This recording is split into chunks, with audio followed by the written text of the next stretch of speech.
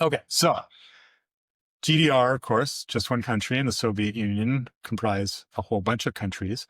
Um, most prominently Russia, which of course is they're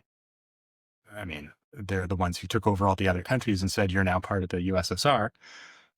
So if, testing positive at the Olympics was an event, Russia would be the They're the all-time champion. champs. Yeah, Yeah. they've had 51 Olympic medals stripped. So that's 4 times the number of this next highest country. 30% of the global total on record. And that's just Mhm. medals. Okay. That's just So medals on all, record. Yeah. it's just medals. So Yeah. for non-medals, like we throw all the positive drug tests, so include, whoever came in fourth, they've had 150 athletes who've been busted for doping. But yeah, so we're going to back up again to the 80s, but this time just looking at Russia. So again, for those who don't know their history or maybe a little younger, in 1980, the United States and a number of allied countries boycotted the Olympics in Moscow. And this was it was a protest in response to, perhaps ironically, Russia's invasion of Afghanistan. Okay, so during these Olympics, documents that came out in the 2000s, it came to light that there was no doping control and that Russia, planned a big push on a state-sponsored doping program leading up to those Olympics. Um, so at those Yeah. Olympics, it was only, sort of Russia aligned or unaligned countries participating. USSR, quite predictably, cleaned up. I mean, and you can actually look up the results from that. And you'll know what untested, performance looks like.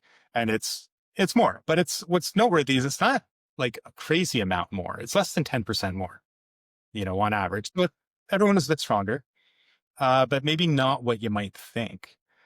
So then 4 years later, now the Olympics are in Los Angeles, right? 1984. In response to, the US and allies boycotting the 1980 Olympics, Soviet Union boycotted the LA Olympics.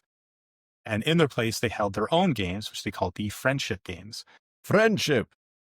Friendship. Again, the Yes. Friendship Games was there was no doping control, and not even 1984 style drug testing. And it was just, again, the results from events like weightlifting and a number of track and field events eclipsed the results from the 1984 Olympics in Los Angeles.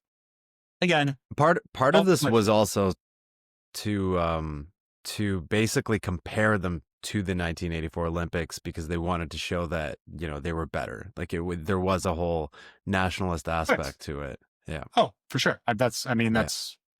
that's the whole thing. I mean, that's why you boycott it, because you're making a statement, right? And then, yeah, you're saying, oh, ours, not only we're not participating in yours, but ours is better.